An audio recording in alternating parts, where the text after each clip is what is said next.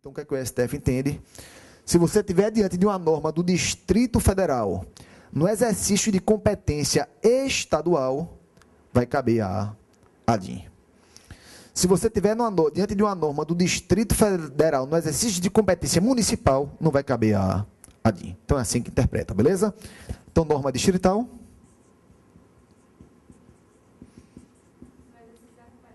No exercício de competência estadual.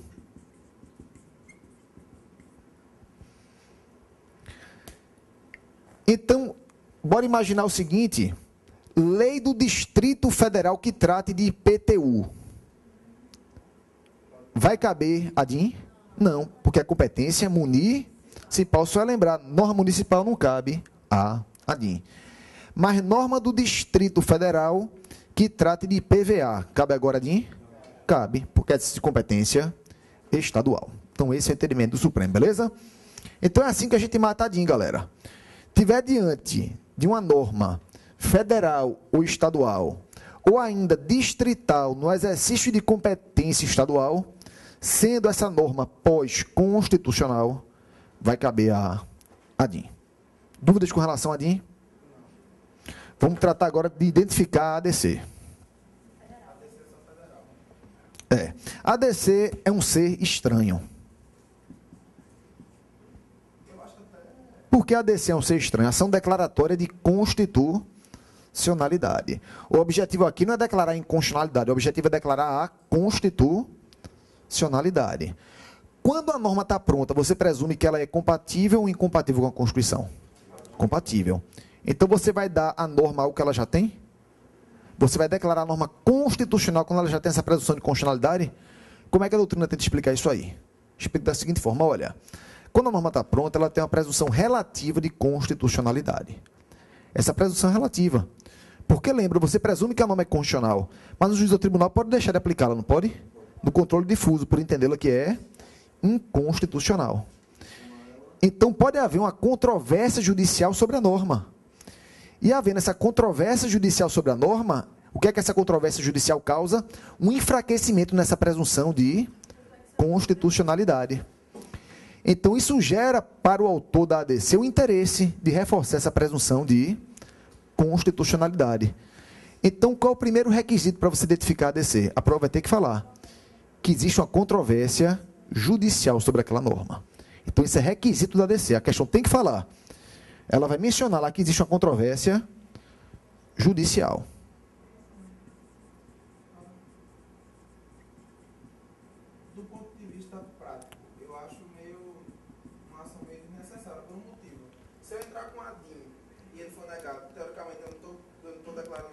A pergunta aqui, né? Se você entra com a ADIM e ela for julgada improcedente, não está declarando constitucional? Está declarando constitucional, né?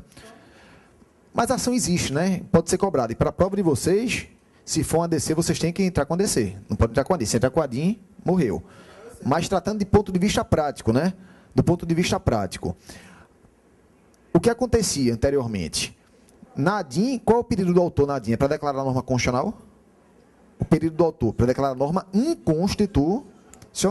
Na ADC você não pede a inconstitucionalidade, você pede a constitucionalidade. Então, processualmente, os pedidos são diferentes.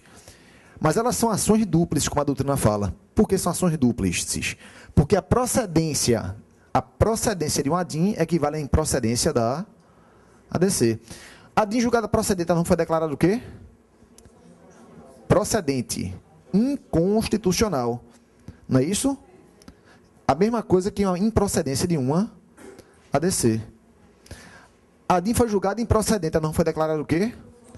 Constitucional, que é a mesma coisa que a procedência de uma ADC. Por isso que são ações dúplices, né? A questão que se põe é o seguinte, aí é uma mera curiosidade. Até pode ser cobrado numa questão subjetiva, nunca na peça. A peça, galera, é assim. Tem que acertar a peça. Não confundam um com a outra. O STF tem entendido atualmente, todo mundo ouviu falar daquela PEC da Bengala, não ouviu falar? Pronto, aquela PEC da Bengala, você entrou com a ADIM contra aquela PEC da Bengala. E na ADIM interposta contra a PEC da Bengala, existiam pedidos típicos de uma ADC. E o Supremo entendeu que era possível você fazer no ADIM pedidos típicos de uma ADC. Então, há uma fungibilidade muito forte entre uma e outra. Mas isso por uma questão subjetiva. É possível o autor de um ADIM fazer em sua petição inicial pedidos típicos de um ADC? Beleza. Mas a peça prática, você vai confundir uma com a outra? Confundiu, galera? 0. Então, a peça prática, falou em controvérsia judicial, já fique de antena ligada. Pode ser um ADC. Para reforçar, você tem que estar diante de uma lei ou ato normativo federal. Lei ou ato normativo federal. Não cabe ADC tendo como objeto normas estaduais ou municipais, galera. Então, a ADIM tem um objeto mais amplo, a ADC tem um objeto mais restrito. Olha só, pegou sua prova, viu com a petição inicial de controle abstrato, falou que tem controvérsia judicial em uma lei federal, já é certo, é ADC, não tem nem para onde correr.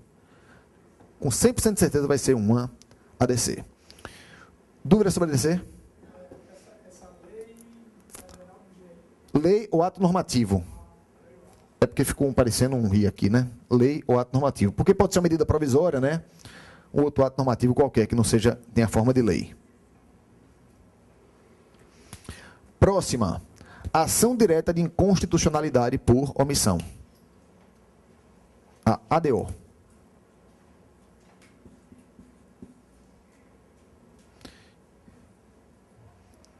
E essa aqui é a mais fácil de todas de identificar. Não, porque a ADO é o que acontece, galera. Na ADIM você vai ter uma lei, não tem? Na ADC você vai ter uma lei também. Na ADO você não vai ter a lei. Na ADO você vai impugnar a ausência da norma, a omissão inconstitucional. Ação direta de inconstitucionalidade por omissão.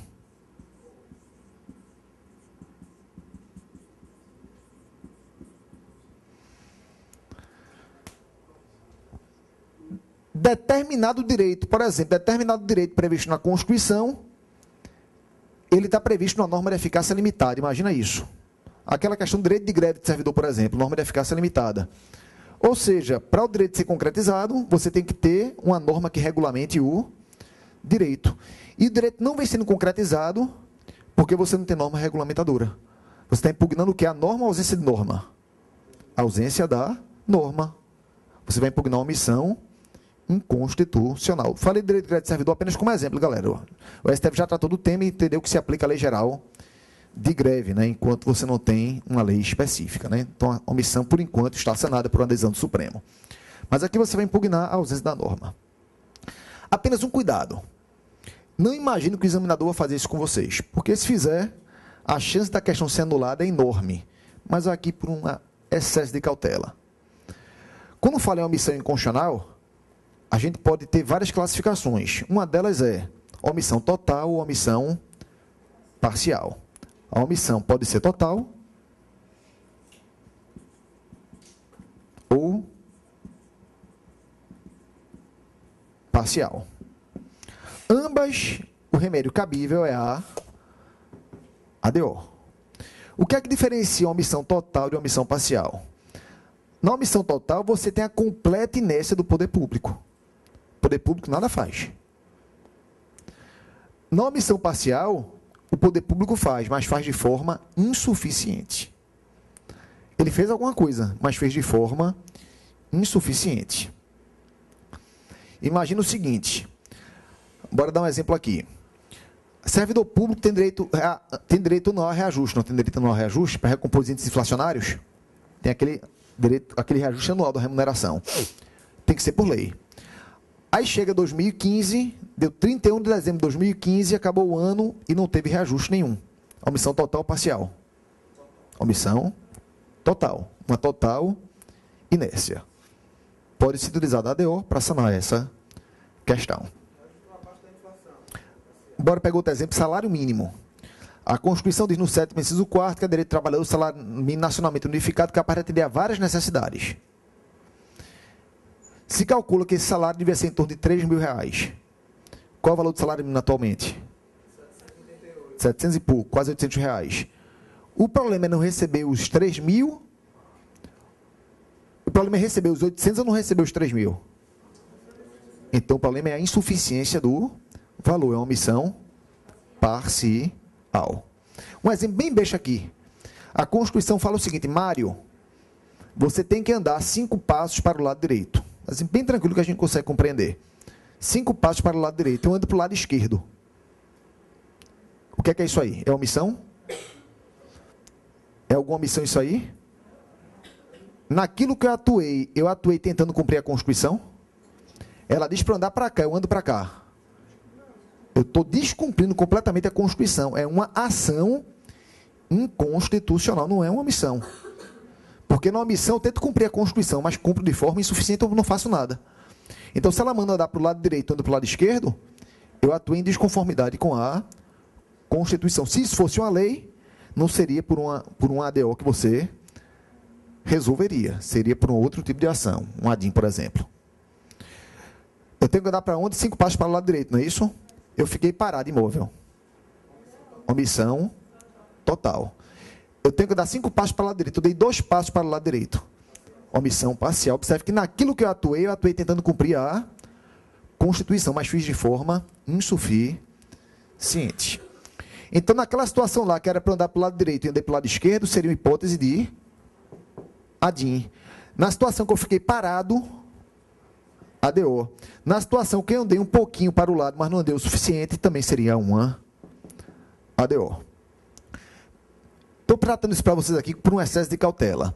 Acho muito difícil ser cobrado numa prova de vocês um caso de omissão parcial. Porque existe muita discussão. Não, se cobrar omissão parcial tem que ser uma ADO. Coloca lá que a omissão é parcial, né? Tem que colocar. Isso aí não vai servir para identificar a peça, né? Porque a identificação da peça vai se dar pelo nome, ação direta de inconstitucionalidade por omissão. Mas vai contar alguma pontuação dentro da sua peça, né?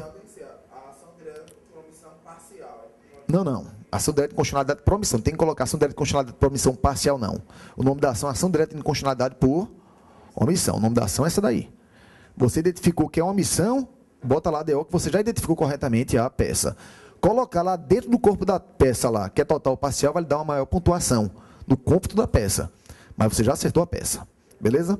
Por que eu falei para vocês que acho difícil, galera, o Supremo, o FGV cobrar omissão parcial?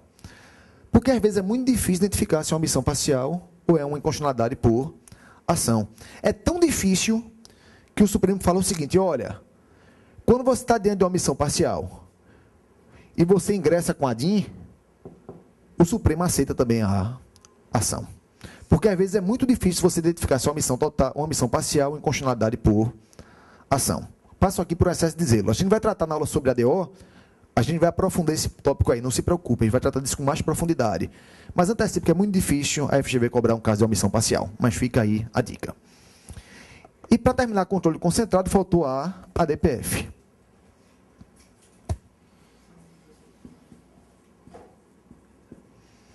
Arguição de descumprimento de preceito fundamental. E quando é que vai caber a ADPF? Exatamente, quando não couber nenhuma outra. A ADPF é por exclusão. Na ADPF, galera, vigora o princípio da subsidiariedade. Exatamente, tem um caráter residual. É a chamada subsidiariedade. Quando não cabe nenhuma outra, cabe a ADPF.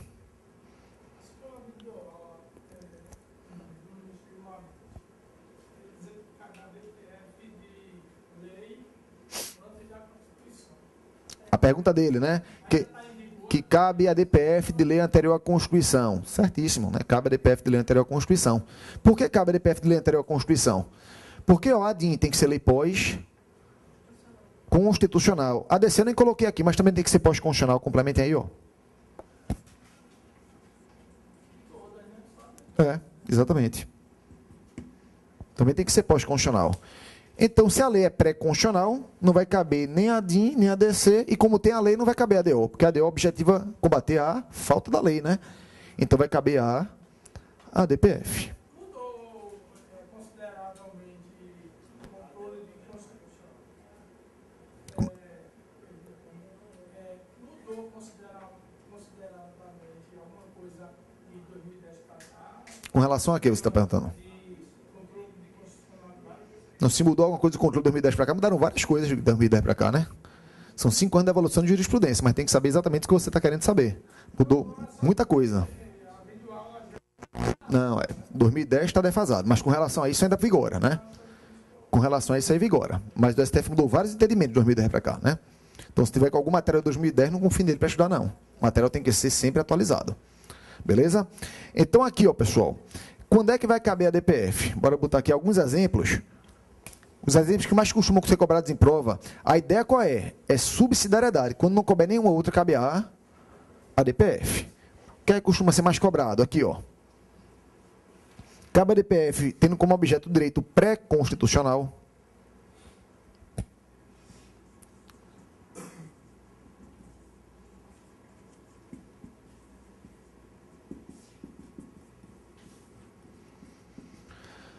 Então, olha só.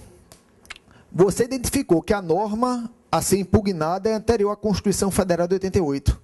Não tem nem para onde correr. Vai ser uma arguição de descumprimento de preceito fundamental. Cabe a DPF também, tendo como objeto o direito municipal.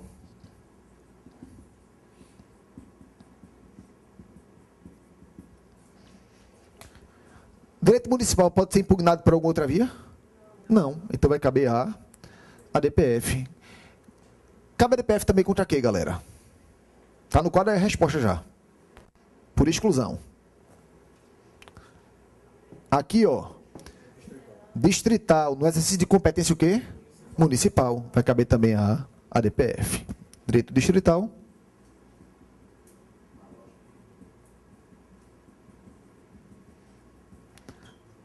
No exercício de competência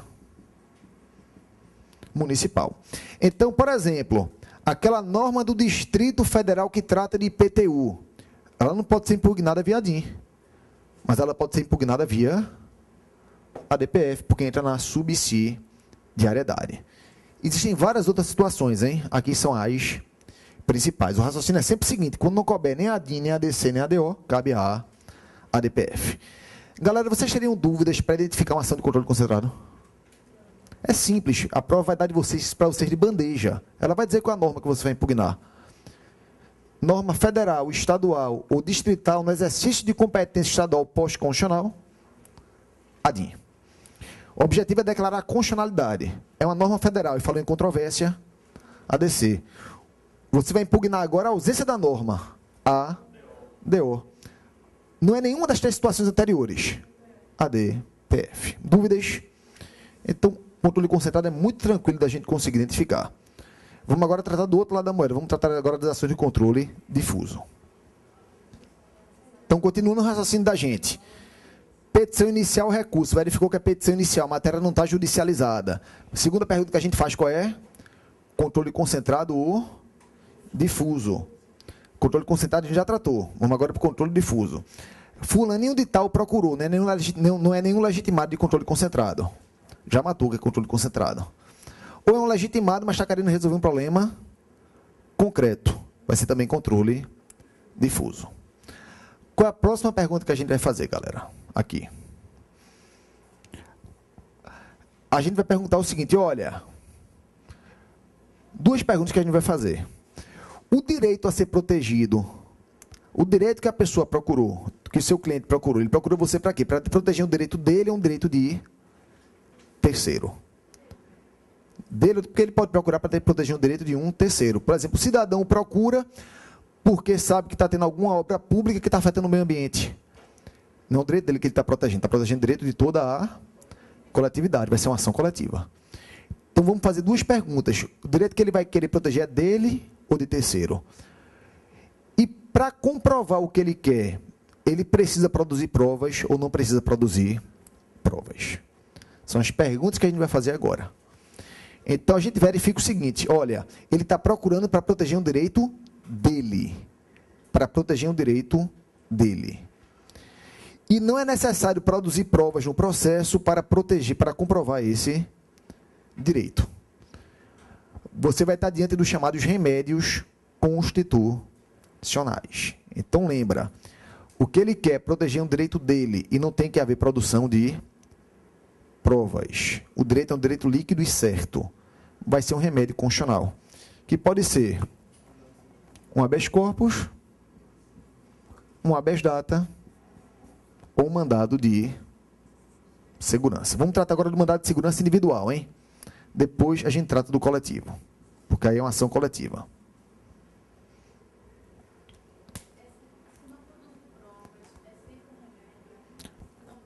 Vamos utilizar aqui um conceito mais restrito, que os remédios constitucionais são aqueles que independem de dilação probatória.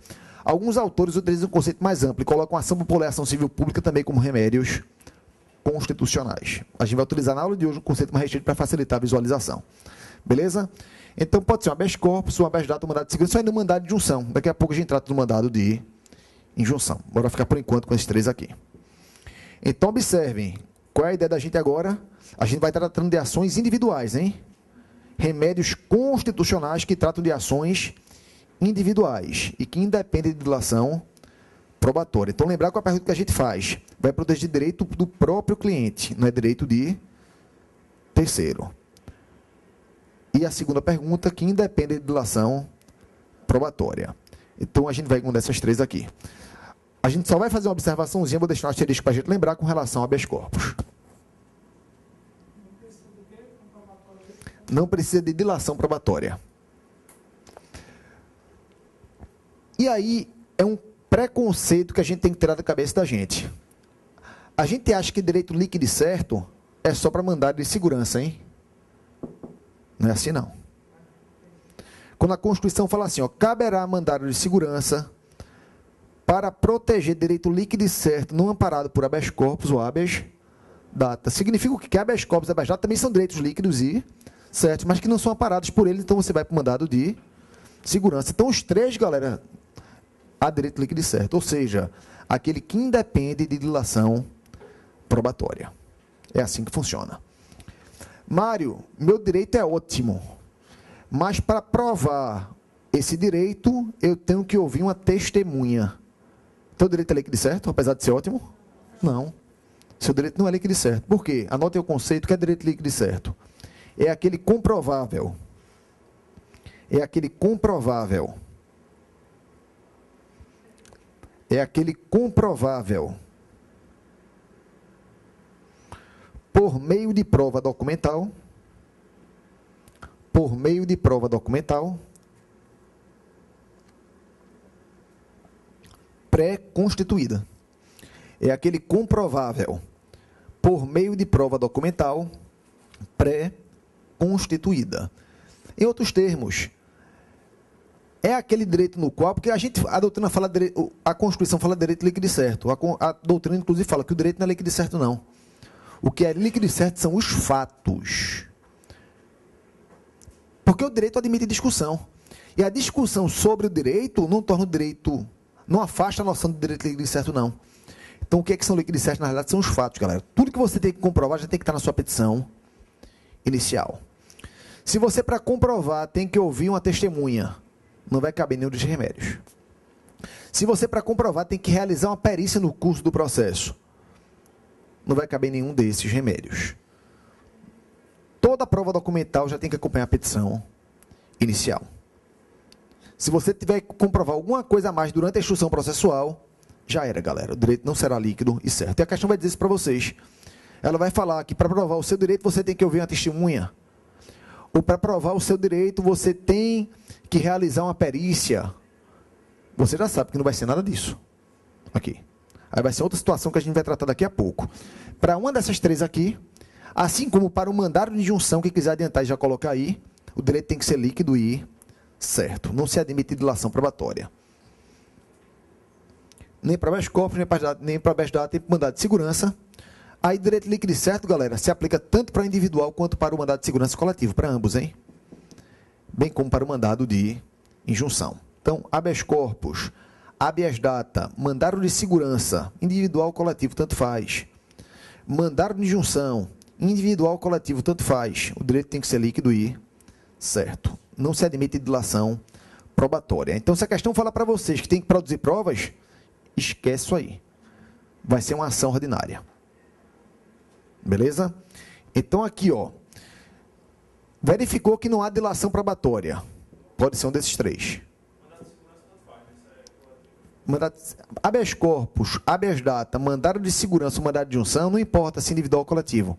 Tem que ser direito líquido e certo. Toda a documentação tem que acompanhar a petição inicial. Não admite dilação probatória. Só para a gente ter uma noção. Como é que o mandado de segurança funciona? Nem precisa anotar isso, não. Só para a gente poder ter uma noção. Para vocês verem que é um procedimento muito célere. Se entrou com a petição inicial, primeiro passo que vai se dar agora, o juiz manda notificar a autoridade coatora para apresentar informações. A autoridade coatora apresentou informações. Abre-se vista dos autos para o Ministério Público, para ele dar o seu parecer. O Ministério Público deu seu parecer, já julga. Não tem espaço para ter prova, não. Tem espaço para ouvir testemunha, para produzir perícia, não. É um procedimento muito célere. Porque tudo tem que estar comprovado já com a peça de ingresso, com a petição inicial. Como é que você sabe que é habeas corpus, galera? Que objetivo aqui, qual vai ser o bem tutelado aqui no habeas corpus? Liberdade de locomoção. Assim que você identifica o habeas corpus, não tem mistério. O bem tutelado é a liberdade de locomoção.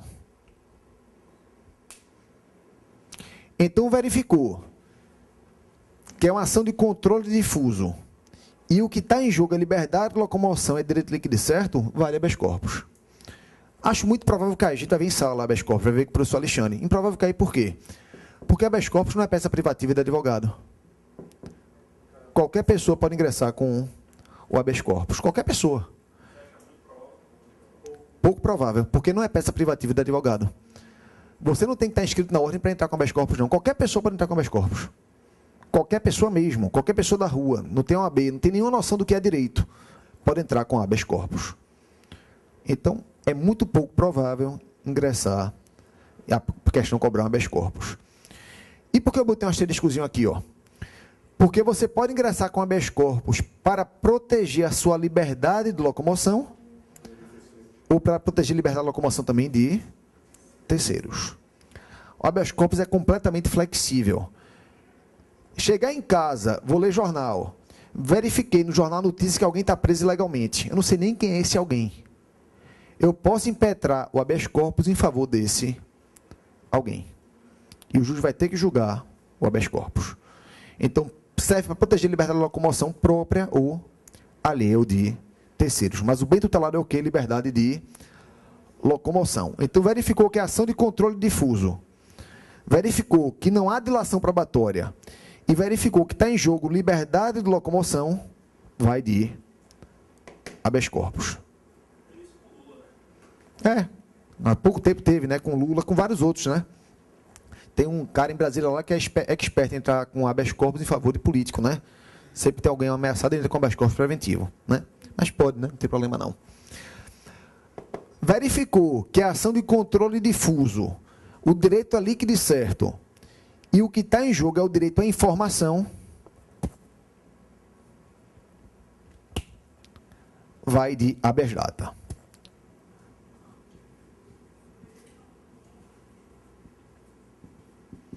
Você quer obter uma informação que foi negada. Você quer corrigir uma informação. Ou você quer complementar uma informação, você utiliza o habeas data. Tem que ter esgotado a via administrativa. No esgotamento tem que fazer o requerimento administrativo. Não tem esgotamento, não. Vai conversar disso daqui a pouquinho, sobre isso aí. Vamos dar uma noção geral, a gente vai tratar de algumas peculiaridades aqui dentro ainda. Então, lembra, se tiver em jogo o direito à informação, vai de habeas data. Mas se for direito líquido e certo e não esteja em jogo locomoção e informação, você vai de quê? Mandado de segurança, proteção do direito líquido e certo, não amparado por habeas corpus ou habeas data. Então, mandado de segurança, galera, ele tem um perfil subsidiário. Exatamente, né? Como se fosse uma DPF, vamos dizer aqui, mas no controle concreto, né? Tem um perfil residual. Quando não couber nem habeas corpus, nem habeas data, vai caber o mandado de segurança. Mas tem que ser direito líquido e certo. Alguns cuidados aqui. Alguns cuidados para a gente não se confundir. Direito à reunião. Primeiro ponto que a prova pode cobrar de vocês, direito à reunião. Imagina o seguinte, que você quer fazer uma reunião com um determinado grupo e essa reunião vai ser uma passeata. Vocês querem sair de um local e a reunião vai se estender, vocês vão sair andando até um outro local qualquer. Para você exercer direito à reunião, tem que ter prévia autorização? Não, tem que ter um prévio aviso, né? Você ter prévio aviso lá, tudo bonitinho. Mas a autoridade pública está impedindo você de fazer a reunião. Impedindo você de se locomover nessa passeata. E você vai entrar com remédio processual para fazer valer seu direito a realizar aquela reunião. E você não precisa, para isso, de dilação probatória nenhuma. Então, imagina o seguinte, fulaninho de tal procurou na condição de advogado, informando que se encontra impedido de realizar uma passeata, apesar de ter avisado previamente a autoridade competente no dia tal, tal, tal.